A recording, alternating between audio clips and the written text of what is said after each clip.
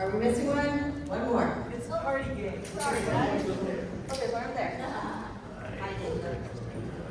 First and foremost, I want to start this off because I need to know, I must know from each of you, your acting journey. How did you start in this crazy business, this crazy passion in acting or effects? Whatever that may be, let's start with you. Well, I started off as a monster builder. I wanted to make monster suits, creature effects, and I moved out to Los Angeles from Pennsylvania. And it was really in the beginnings of the creature effects stuff. I ended up working with Stan Winston, who worked on Alien. So he took us, his crew, with him over to London for about 6 months, 5 months to prep and shoot that movie. And it was just kept going from there, being turned on to other movies from Stan Winston, and finally breaking off and creating my own company and continuing to find work. So I always wanted to be an actress, but like pretending as a little girl, and then I found out that it's an actual profession. You go to school, so that was kind of cool. So I went to drama school in New York and London, and then started working as an actress on the stage. And then when I was in London, that's where I was cast in Aliens. For me, it was a little different. As the saying goes, I didn't choose acting, acting chose me. I was a young kid in high school who ate too much sugar and had a lot of energy.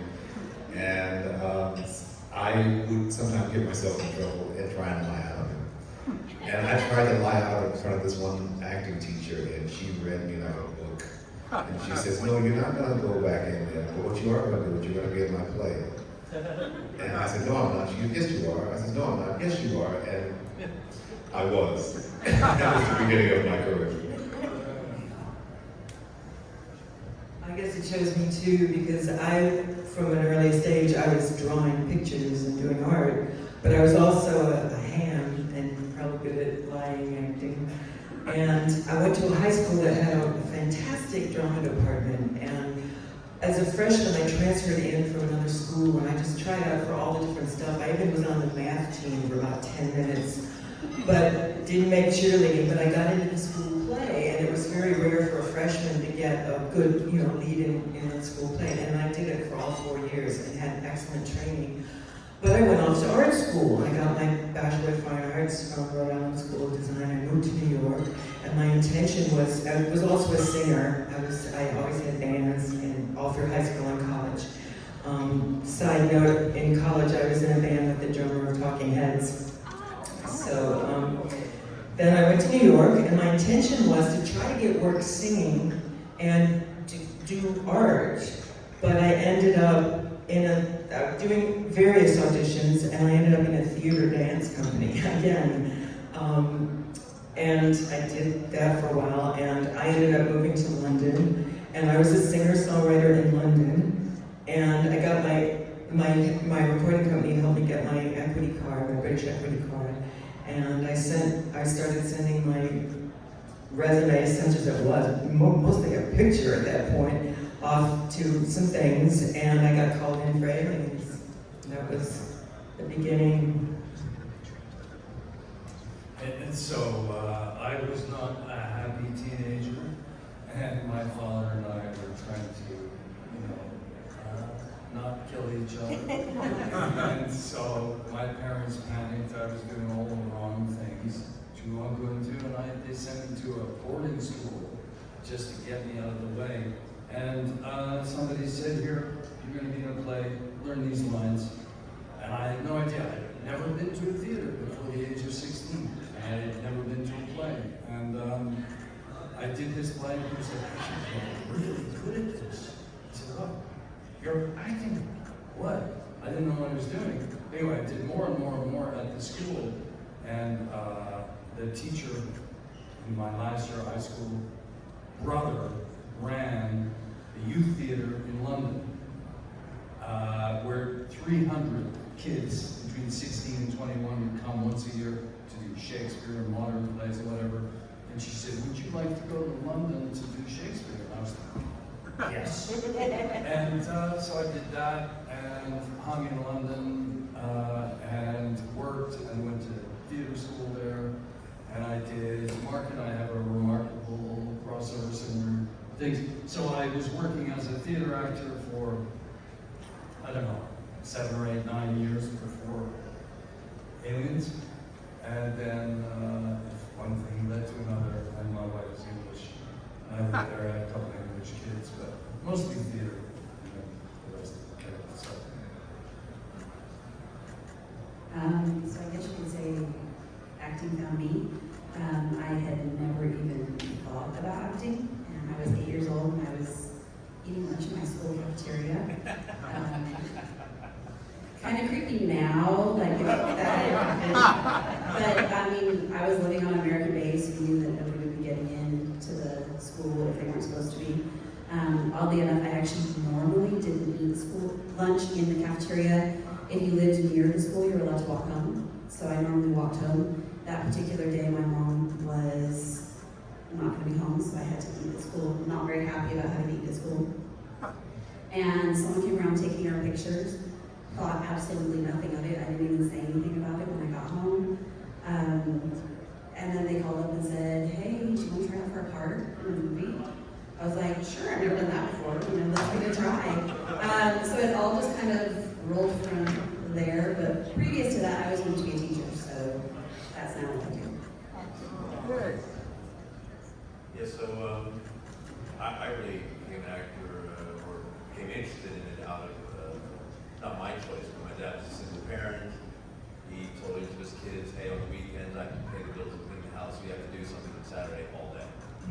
So my sister danced ballet, my brother played the guitar, and my father would actually take us to plays, and I can remember seeing a great American actor, Robert Prosky, do Wind in the Willows, and I was kind of transfixed by that. But my dad said, "Hey, you can go to that Washington Theater Club youth program on Saturday." So I would take a bus all the way into downtown DC and spend the day there and have the same sort of reaction as other people. "Hey, you're really good and you're funny." And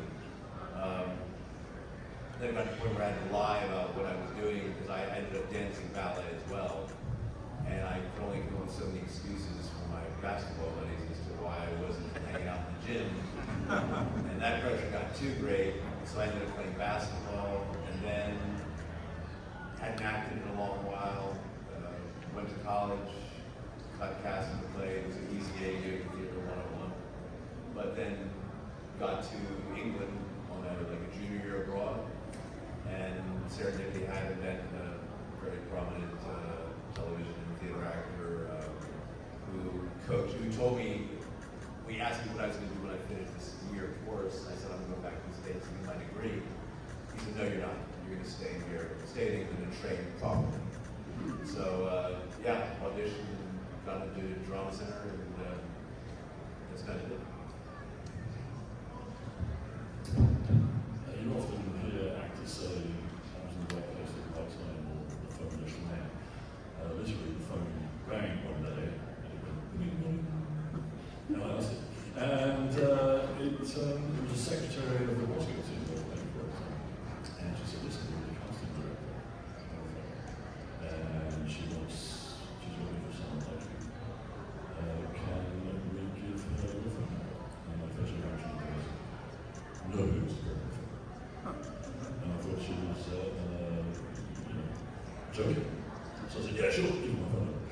And 5 minutes later, the phone rang again, and it was a lady called Susan Smith. She was casting for the movie Alien vs. Predator.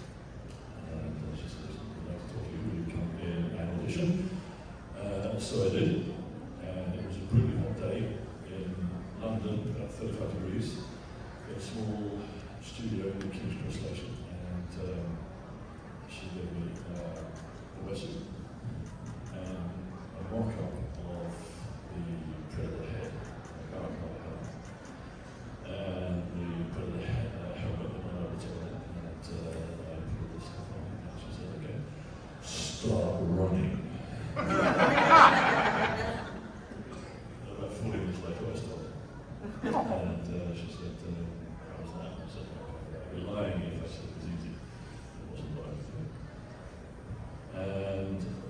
day, and I'm the director. Just long enough for him to look at me from my toes to my head. So, okay. And 2 weeks after that, I was invited to Prague to meet Tom Groff Jr. and Alec Giss, award-winning creature effects designers for the film. And it was 2 weeks after that when I received a call from the producer asking me if I was going to have a part. So it wasn't really a case of acting in front of me, it was a case of Tom Groff Jr.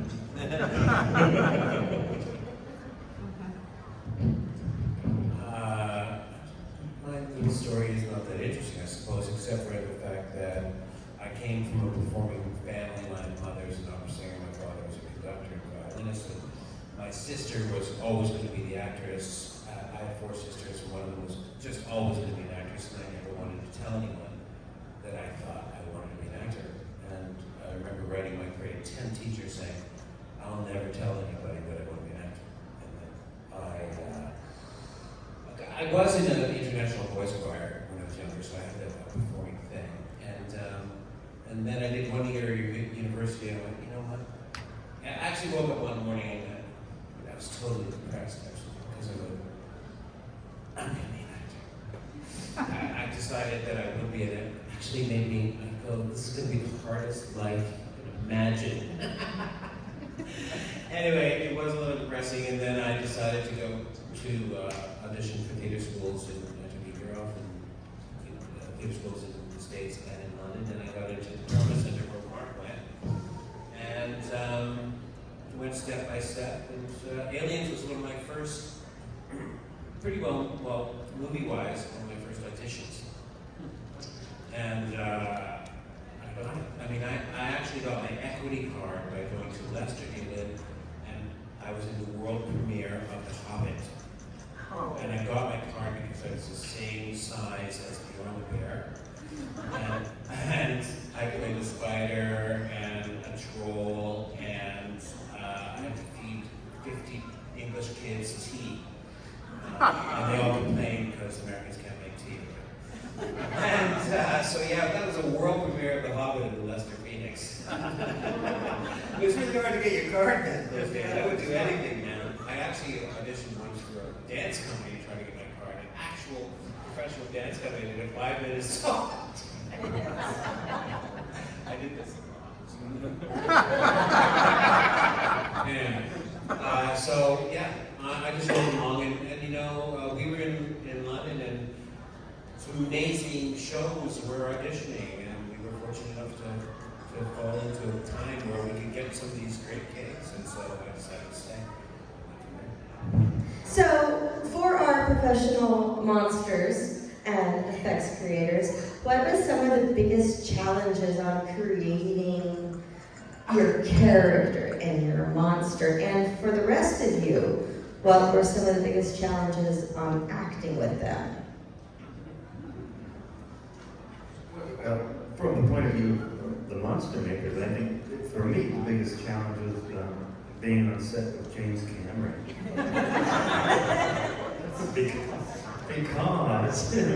Because he was very specific. He's a rare guy. He knows exactly what he wants, and he knows exactly what parts you don't understand for what he wants. And I remember where the worst case was the first time we had the aliens on set, and it was a scene.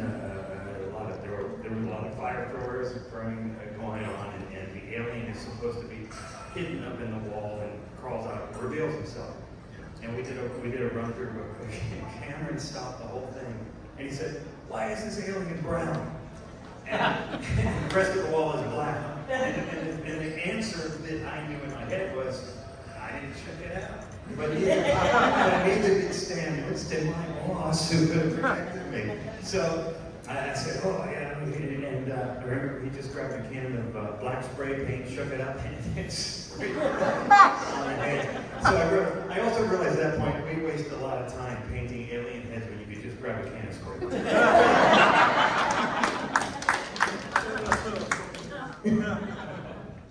It's well documented. monsters is hot and uncomfortable and difficult work. But you have to remember that there's a point to these characters and their own characters when they do their parts. I think ideally the greatest challenge is maintaining that separation between the thoughts of the actor and the thoughts of the character. It's very difficult on set. People keep coming up to you and saying, "You hard in there." This is all of the actor, not all of the character. You have to continuously remind people that actually this is something trying to work. And for the rest of you, what were some of the challenges of working opposite our monsters? I found it challenging that between, like on the lunch and tea break, you know, would have your head off and it'd be like around here and you'd be like eating like a little buddy, a sausage buddy, and I was just like, oh, I don't want to look at that. I want to really pretend that it's a monster. I think for me, one of the challenging things was actually being scared of it because, I mean, you would look at it and think I would be scared as a kid, but they were, like, everyone who's in the suits at some point, like, you know, be joking around, or I would see them outside of the suit completely, or their head would be off, so trying to act like I was scared of it, when in reality I knew it was my friend. So I mean, oddly enough, I was scared of dogs, and I shouldn't say was, because I'm still kind of scared of dogs, because I've been bitten by many, so I used to just kind of pretend that it was a dog chasing after me, and yeah. My most memorable thing about the monsters, well, one of the things was that they would, the Marines would have lunch and hang out in one area, and the aliens would hang out in another area, and the two were not, we didn't kick it together. You know, they were the enemy, and we stayed over here. But I remember walking by one day, and one of the aliens, he had his head under his arm, and he was smoking a cigarette. And this was before iPhones. And I remember thinking, I wish I had a camera right now, because it was like an amazing, kind of classic photograph. But we didn't kick it much with the aliens, so I don't have a lot of memory. I think the only one that was grabbed by the alien, and it was extremely challenging because I did half my own stunt. If you recall, I was taken straight up in the air, and we were so old school that the stunt was achieved with a gigantic seesaw. Gigantic, like the upper end is about 6 feet off the ground, and it was operated by a bunch of crew members. So I was standing on the downside, and I'm saying my line, and the stuntman in the alien suit landed behind me, grabbed me, and simultaneously the crew members pulled down really fast on the other end, and we go shooting up into the air, so our whole center of gravity changes, and simultaneously I'm lowering my live flamethrower and using it, ostensibly on my friend Rico. And the first 3 or 4 times I fell off. And I was so terrified of James Cameron that I thought, he's gonna fire me today. I had to make it work, but I'm telling you, it was really hard. Wow. Jim in those days was cutting his teeth in more ways than one because he knew everybody's job better than they did, apart from maybe the actors. But so I was just obsessed with don't screw this up. Because we knew the script was just something of a masterpiece. We knew it was a very, very special piece of work, so you turn up every day and think, I have to get this right. And as for you guys, the only direct contact I had was when we're in where we are, but the aliens come through the roof, and it was just the most exciting scene to play. We did it a number of times. He said, okay, reset, aliens back in the roof. And it was amazing. And Michael Devine going like this, and then they all came down. That was just, that was a lot of stuff, and it was such fun. It was great, and we were having a laugh because big challenge was getting it right. And Jim said, good, okay, move on. That was about it. So didn't have much to do because it was pretty much shot in isolation.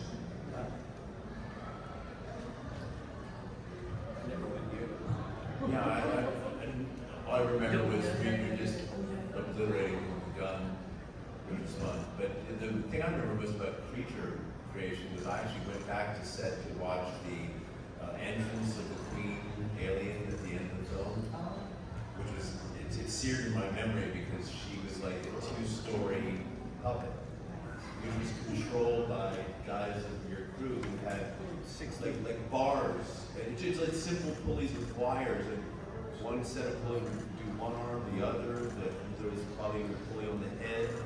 The coolest thing was that the smallest member of Tom's crew was the guy who gets stationed in the head, and his sole job, besides being dressed in black and trying to hide, was to push the Queen alien goo out through the head. And I actually think Cameron at one moment had like, it's too much goo,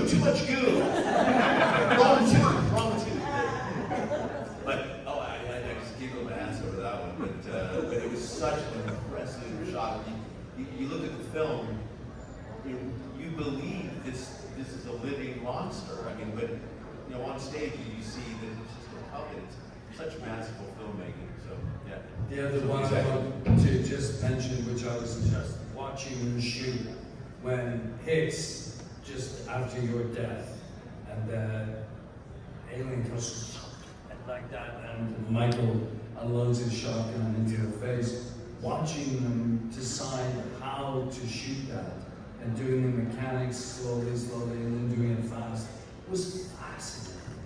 Because I was on camera, but it was camera. I was always amazed at how theatrical the event was. Like these days, there'd be much green screen and much more CGI and all the rest of it.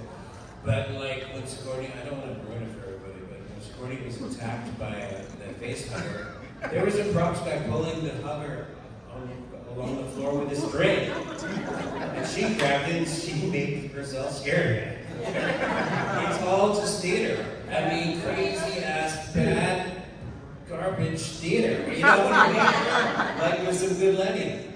It's pretty incredible that it worked out like this. I remember walking on set. This is the scene where Michael Biehn and I we've got like 3 things of slime coming off the wall, and it's very claustrophobic. It's hot. You've got the atmosphere is smoking in it.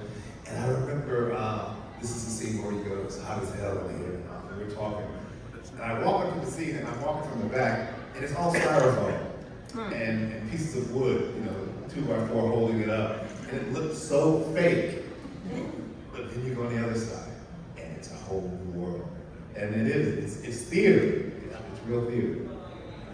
I mean, Rico and I were talking about this earlier today. I think part of the magic of movies of this time and a little later was practical effects is true movie magic, and it ages very well, whereas CGI does not age well and really needs to be used very sparingly because you can really tell when it's not.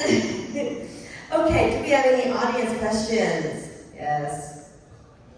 It's such a quotable movie. I was wondering if you'd heard any of the lines just doing your everyday life being said around you, ever. I was in Florida once walking down the street and they go, "Nice pet you got there, Bishop." It's out of the blue. Just some average line that no one cares about. You know? So there was a line in the movie that at the time I was like, this is the dumbest thing. Why am I even saying this? And everybody always says, "Oh, I heard you hate the line, I heard you hate the line," but we write it anyways. And I learned to love it because I went to a convention with Bill and Sigourney, and they were talking about different things, and they're like, what is the best line from the movie? And they both said that. I was like, well, I mean, they think it's the best line, then hey, it better be the best line. But it's amazing to me how many people, like the word mostly, it is amazing how many times that comes up. And people will say it, friends will text it to me and they'll say, well, I mostly saw such and such. And I'm like, okay. And then they always send a second text, mostly. And it's like, and I don't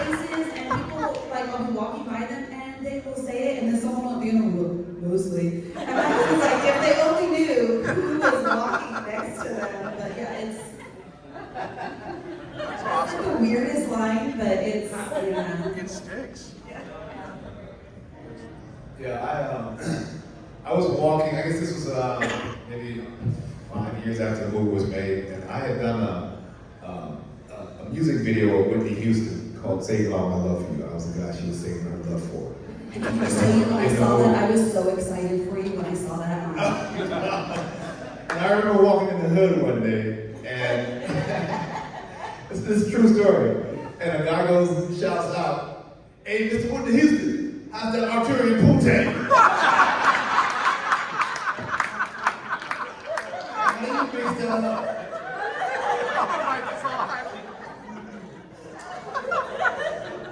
I can't beat that. But I had an next door neighbor in London. We were all living in London. And he would come home from the pub every night, 3 sheets to the wind. And if I happened to be entering the house at the same time, he would, "Oi, say that line again. Sing a line." And I, "Borderline malnutrition, but I don't think there's any permanent damage."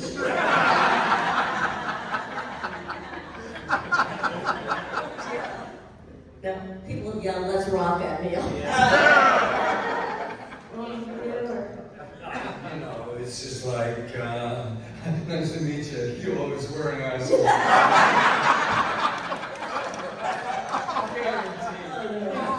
In swimming pools.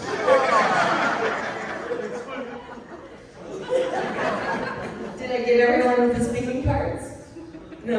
Well, how about you people with non-speaking parts? Do you have any favorite lines? I got dragged into a karaoke one night, and they said the most singable song is Frank Sinatra's "Witchcraft," and it gets to a part. There's 2 lines in the song. It goes something like something that rhymed at the end of the line, and the next line was I sang was "Get away from her, you bitch." It's such an ancient pitch. Get away from her, you bitch. It's a little bar. Nobody's watching or even caring. Nothing from him.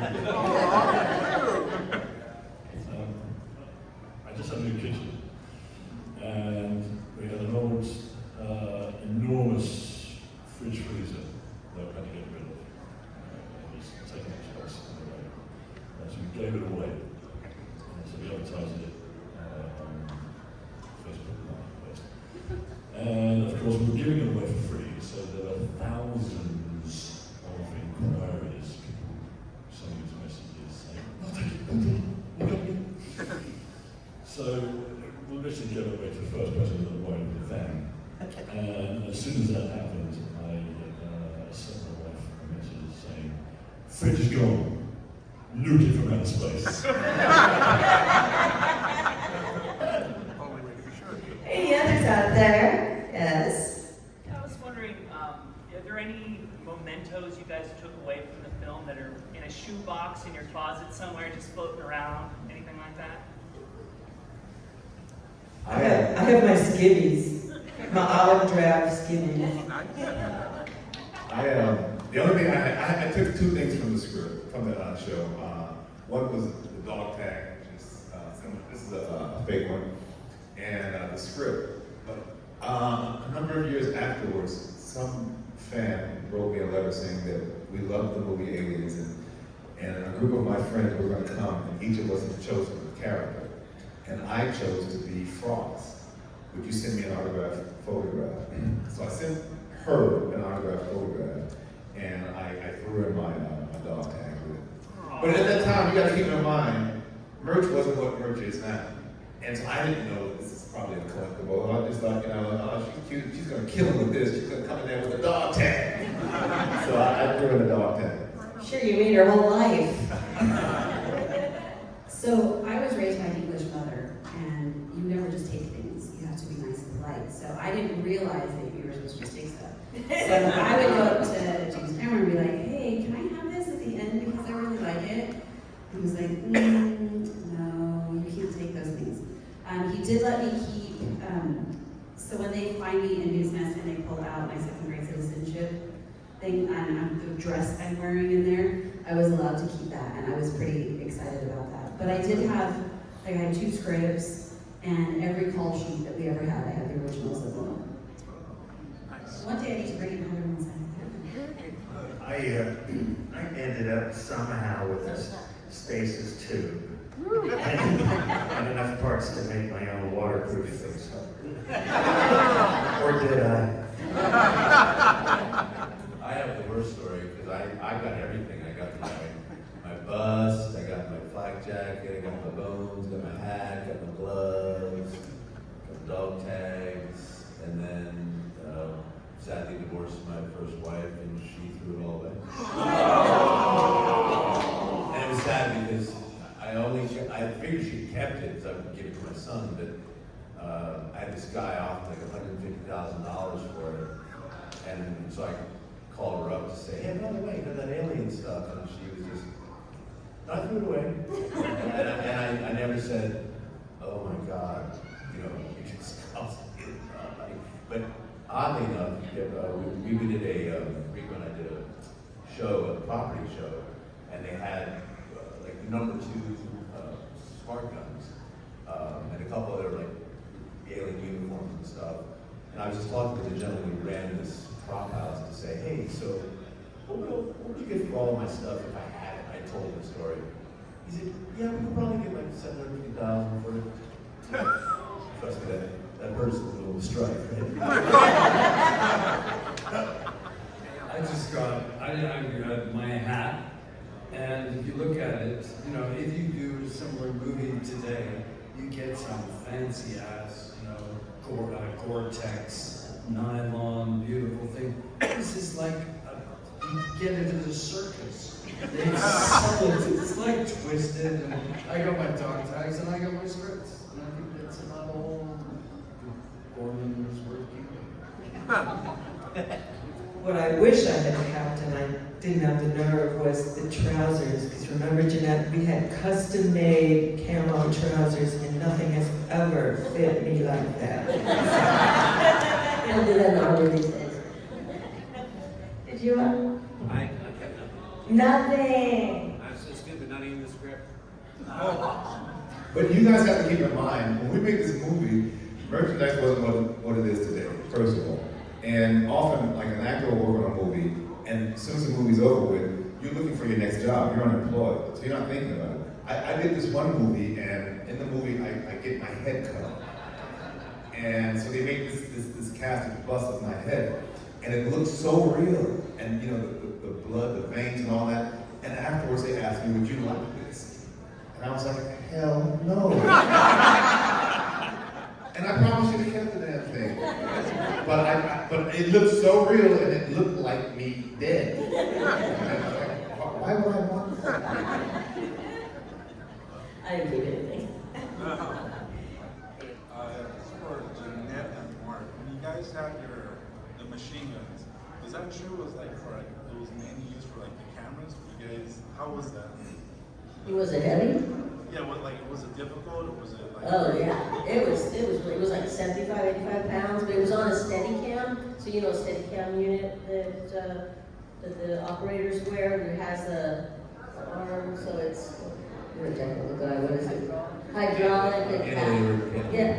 Yeah. So you're moving it around. It's not made for a gun. It's made for a camera. But it smooths out. Yeah, it smooths out all of that. So we had to work with it, and that kind of sort of worked out a little dance. And one time somebody mentioned, oh my God, you look like you lean back and you look like this flamenco dancer. And I was like, you had to lean back because otherwise it would shoot you, forward, weight almost as much as I did. We had our stools, right? Little special stools. Jeanette and I were always relegated to these stools because Jim had not only duct taped us into the harness because the first day we tested the cantilever, the whole harness snapped off our chests and hit the floor.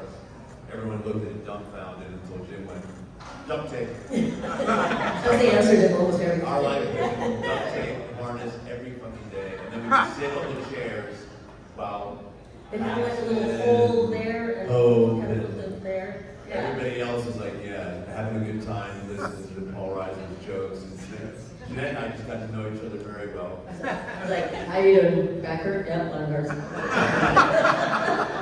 It's such a James Cameron thing, right?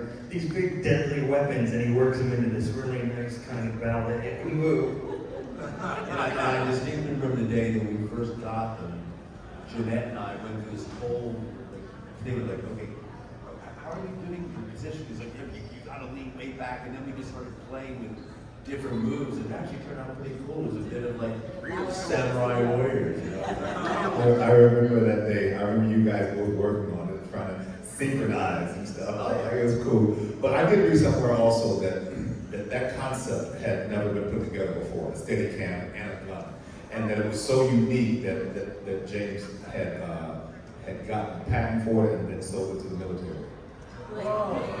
Also, there were women Steadicam operators in those days, and we had, each operator had their own, and they figured the actors would be at least 5'7" or something, so they got the smallest one they could get, and I'm, not quite even 5'2", and it was I couldn't move, so Terry English was an armorer. He cut it down. I'm not supposed to say that, but he actually went into it and soldered off apart so it wouldn't like hit my knees. Now actually I know a female Steadicam operator, and she wears her bandana. She's a Latina. She's really cool. She's fantastic. I saw one right over here somewhere, yes. So, as characters, were you okay with the way you died, or the way... Hell no!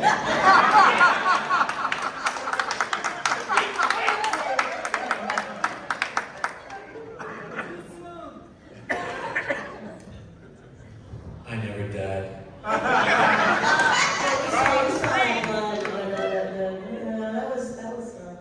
That was fun. You go first. Well, I went back to save this asshole, so my God.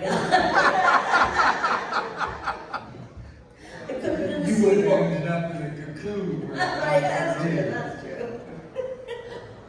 I will say this. James had seen me very early on in the casting process, and he had I think I had all the guys read for the two leads, Hicks and Hudson. But then when it came time to cast, he said, "I want you to be in a movie," but he says, "I don't," but not for Hicks or Hudson. And those are the parts that I had gotten attached to. So I really wanted that.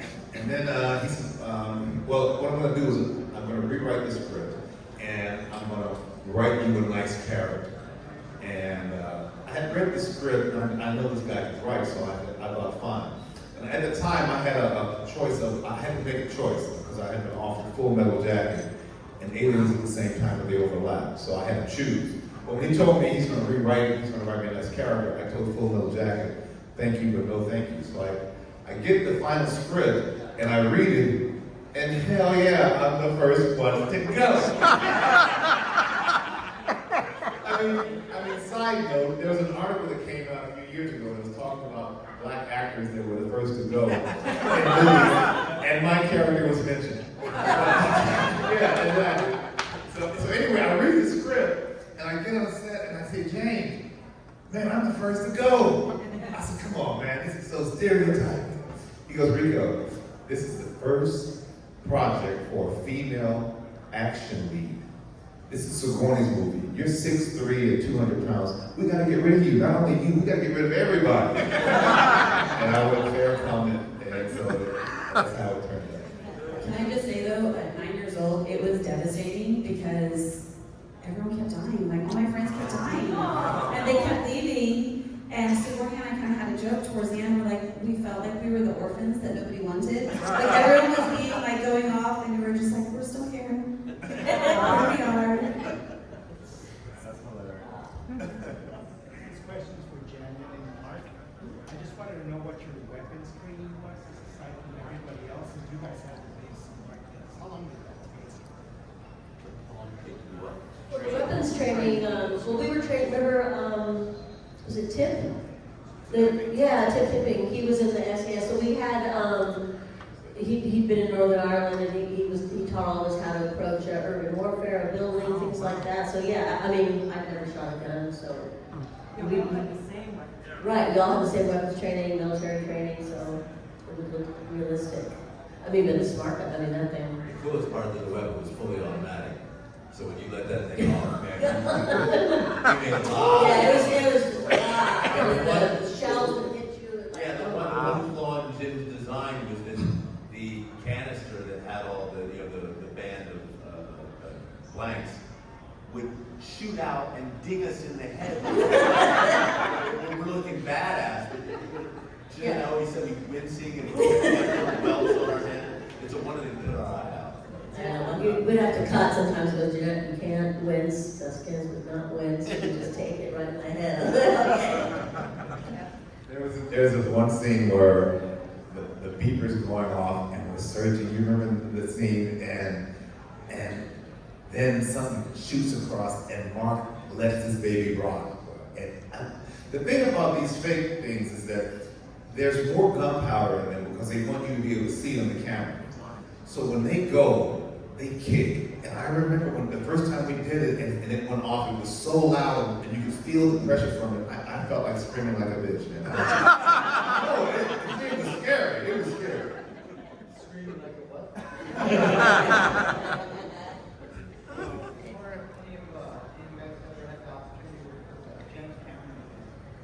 Anyone have the opportunity to work with James Cameron again? Yes. No.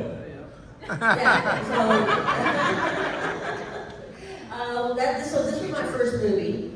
I'd done theater. It's the first time I'd ever auditioned, in front of a camera, anything like that. So so then when I went back to the States, we had kept in touch, and he had also, he had been working with Catherine Bigelow, so I'd seen him, and that's how she found me, and all of that. And then he would always kind of ask me like, oh, hey, how's it going in LA? What are you reading for? And then that time I had a kid, and I said, oh, I'm reading for soldiers, and and they think then I walk into the room and they go, you're not 6 feet, you're not Mexican. I'm like, yeah, well, it's a movie that, But so he was like, you're such a good mother. You never get to play moms or anything. I said, I know. And then so then he called me and said, I got a part for you, and it's a mother. I was like, she's not the nicest mother. And then it was great. Then Titanic, but I mean, I auditioned for Avatar, but he, it hasn't called me since then. But it's great to work with somebody you've worked with before, work with the same people. So Jeanette, you worked with 3 times, right? Yeah. Terminator, Aliens, and Titanic. Right. Just those 3. James is good about using actors that he likes and calling them back in. In case you're recording this, James is good at using actors he likes. No, but he did call me back in for the first Avatar, and it was the weirdest auditions I've ever had in my life. Screen test, I should say, because he gave me the script, not the whole script, just the scene that I was supposed to do. And this is the way I remember it. It may not be the way it happened, but this is the way I remember it, okay? I get the script, I learn the lines, and I am the chief of a village. And I get there, and he says, okay, Rico, this character, he doesn't speak English. And he doesn't speak any language, any earthly language. Now, I lived in Europe for 13 years, so I can speak a little bit of French, Italian, German, Spanish. He says, if you can speak any other language, don't use them, because it's an unearthly language. Okay, action. That's the way I remember it. And so there I am. Now, I have a master's degree from UCLA.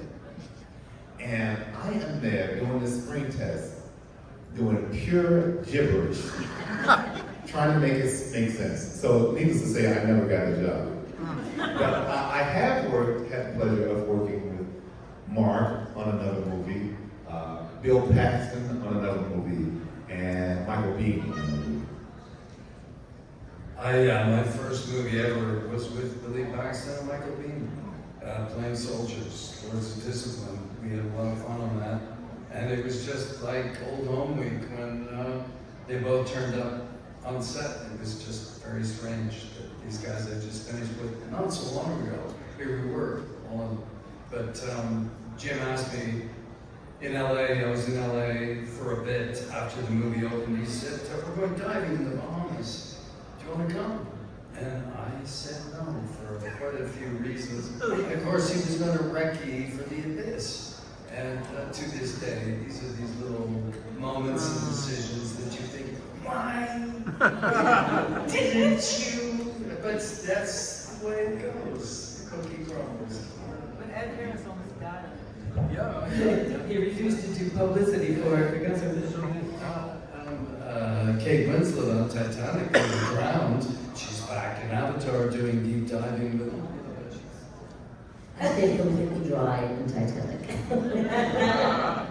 All right, I have one more wrap-up question before we let you go. If we did not get to any of your questions, you can visit them at their table, of course. I'm sure they would be happy to answer. And I would love to know from each of you, is there something in the industry, in your case the teaching industry, that you haven't got to do yet that you would love to? Retired.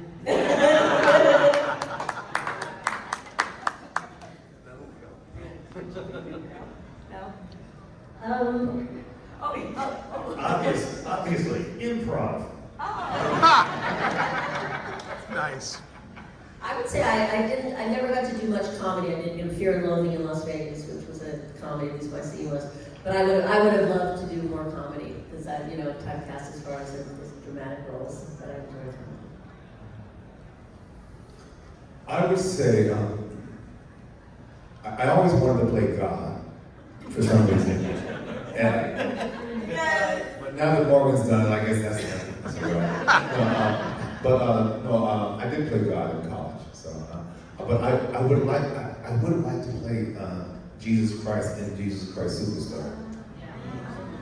I sing, yeah. I don't know what to say about this because I actually left the business and went back to visual art. So Is there something in I visual like to show in arts? the Whitney Biennial. This, I gotta say, is my mantra. People say, what do you like best, theater or movies or TV? And it's good writing. As soon as you find good writing, it all becomes really possible to make some magic. Some proper magic, and when you get a good script, the thoroughness and the complete vision of something like Alien. Somebody was saying, so what's the favorite film you've ever done in your career? Because I've done quite a lot of movies. And it's just no comparison that the number and rarity of scripts that come along with the complexity and completeness of Aliens is virtually non-existent. If you're Tom Cruise or, Hanks, you get all the cream and the crop, but how many times do you go back and see a movie 36 years later with your kids, grandkids, and whatever else?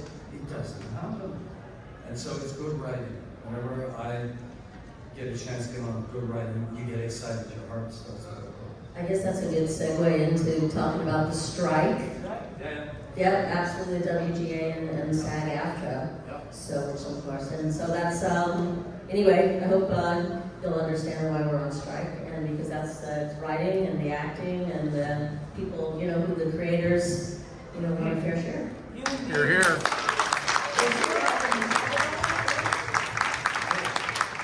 I just want to say, because I'm not a SAG member, I'm basically European-based, so I can talk about SAG and not get it in the neck. But that this is a pivotal time, not just for our industry, for our planet. And, AI is one end of the stick, streaming is another. Technology is developing to such an uncanny, unprecedented situation when an industry as complex as the entertainment, the movie industry, TV industry meets technology of such sophistication. It's an entirely new blank canvas, and that this strike, I have a feeling, is going to go on because it's complicated, and it's so important that we get it right now, and SAG is standing up and taking all the heat for all the other industries and unions. I'm a member of British unions, and haven't joined SAG for a whole number of reasons, but it's incredibly important for unions all over the world. So support the strike as far as you can, because it's about so many other things we can't talk about all here because it's too complicated.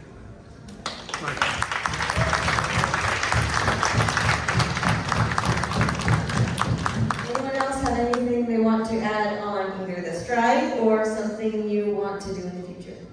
I always wish, the one regret, I wish I played Hamlet. But, but yeah, as for everything else with the business of the day, there is some, the technology's not all bad, there's some fascinating technology. And it's going to advance at a pace that, you know, you're not going to stop it.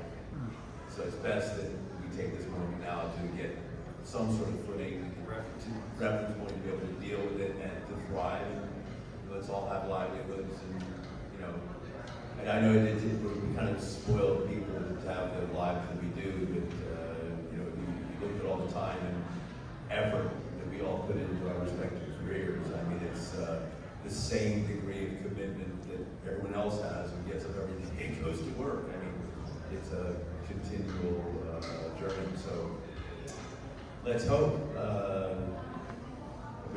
My father was a computer programmer for IBM, and when I told him when I was 18 that I wanted to be an actor, he said, well, you know, IBM already has a computer that has a 2,000 word vocabulary.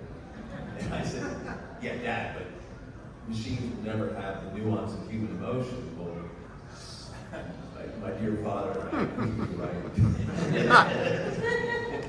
Computers will create a living, breathing. That's the Bob Terminator. Gentlemen, anything to add? You know, there's so much scope for creativity in the industry. You know what you're capable of until someone says, how do you want to train this? You know, I can read a whole list of things. Shakespeare. Walls.